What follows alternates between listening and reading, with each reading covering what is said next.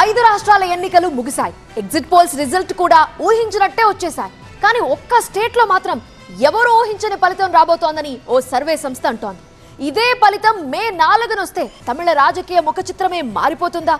అసలు ద్రవిడ రాజ్యంలో ప్రధాన పార్టీలకు తప్ప థర్డ్ పార్టీకి నో వేకెన్సీ. కానీ ఈసారి ఏం జరగబోతోంది? తమిళనాడులో ఎన్నికల ఫలితంపై తీవ్ర ఉత్కంఠ ఏర్పడింది. ఎగ్జిట్ పోల్స్ అన్ని డీఎంకేకే పట్టం కట్టినా యాక్సిస్ మై ఇండియా మాత్రం hero Vijay TVK party super hit అవుతుందని అంచనా కట్టింది. దీంతో తమిళ రిజల్ట్ పై ఉత్కంఠ ఏర్పడింది. Axis my India exit polls ప్రకారం డీఎంకే 92 నుంచి 110, ఏఐడీఎంకే 23 సీట్లకే పరిమితమవుతాయని, విజయ్ టీవీకే మాత్రం 98 నుంచి 120 స్థానాల్లో ప్రభంజనం సృష్టించబోతుందని అంచనా కట్టింది. ఇది సాధారణ నెంబర్ అయితే కాదు. ఇదే నిజమైతే తమిళనాడు రాజకీయంలో కుదుపులు ఖాయం.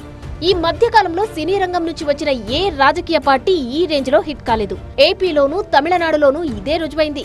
సర్వే సంస్థల ప్రకారం విజయ్ కు ఇన్ని సీట్లు వస్తాయన్న అంచనా రావడానికి మొదటి కారణం పెరిగిన పోలింగ్ పర్సెంటేజ్. ఈ తరహా పోలింగ్ శాతం 1967లో నమోదైంది. మరి ఈ తరహా పోలింగ్ శాతంతో సంచలనం నమోదవుతుందా అన్న చర్చ జరుగుతోంది. మామూలుగా తమిళనాడులో సంప్రదాయ పార్టీలను దాటి అధికారం మూడో పార్టీకి వెళ్లలేదు. ఎన్నిక ఏదైనా డీఎంకే, ఏఐడీఎంకే మధ్య పోటీ కొనసాగేది. అయితే జయలలిత మరణం తర్వాత ఏఐడీఎంకేలో చరిష్మా ఉన్న మాస్ లీడర్ లేరు. పైగా ఈ 4 ఏళ్ల కాలంలో రెండాకుల పార్టీ 4 గ్రూపులుగా చీలిపోయింది. కీలక నేతలంతా పార్టీ నుంచి జారిపోయారు. దీంతో డీఎంకేకు ప్రత్యామ్నాయంగా ఏఐడీఎంకేను తమిళ ప్రజలు చూడలేదన్న అభిప్రాయమూ వ్యక్తమైంది. ఇక్కడే విజయ్ పార్టీ టీవీకేకు కలిసొచ్చే అవకాశం ఉంది.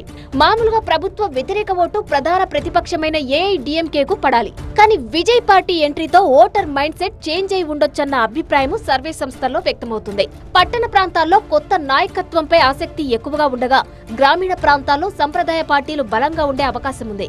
ఇక యువ ఓటర్ల శాతం పెరగడం కూడా ఒక పెద్ద మార్పుగా భావిస్తున్నారు. కొత్త నాయకత్వాన్ని పరీక్షించాలనే ఆసక్తి ఈ వర్గంలోనే ఎక్కువగా ఉంటుంది.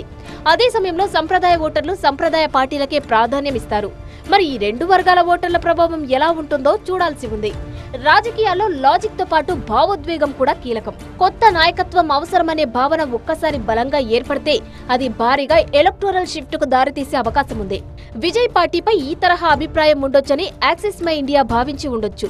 అయితే కొత్త పార్టీకి ఈ రేంజ్ లో అంచనాలు కట్టడం ఎప్పుడూ రిస్కే అంటున్నారు విశ్లేషకులు.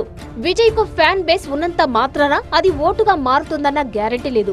బూత్ స్థాయి ఆర్గనైజేషన్ బలంగా ఉంటే అది ఓటింగ్ పై ప్రభావం చూపే అవకాశం ఉంటుంది. అంతేకాదు ఎగ్జిట్ పోల్స్ అంచనాలు తలకిందులైన సందర్భాలు కూడా ఉన్నాయి. ఈ నేపథ్యంలో యాక్సిస్ మై ఇండియా సర్వేను పూర్తిగా పరిగణలోనికి తీసుకుని అంచనాకు రాలేమంటున్నారు విశ్లేషకులు. కొన్ని విశ్లేషణల ప్రకారం చూస్తే సంప్రదాయ పార్టీల వైపే ఓటర్ మొగ్గితే డీఎంకే అధికారంలోకి వచ్చే ఛాన్స్ ఉంది. లేకుంటే గట్టి పోటీతో హంగ్ వచ్చే అవకాశం ఉంది. యువ, మహిళ, అర్బన్ ఓటర్ల మైండ్ సెట్ మారితే మాత్రం టీవీకే బిగ్ సర్ప్రైజ్ ఇవ్వచ్చు. ఈ మూడింటిలో ఏది నిజమవుతుందో తెలుసుకోవాలంటే మే 4 వరకు వేచి చూడాల్సిందే.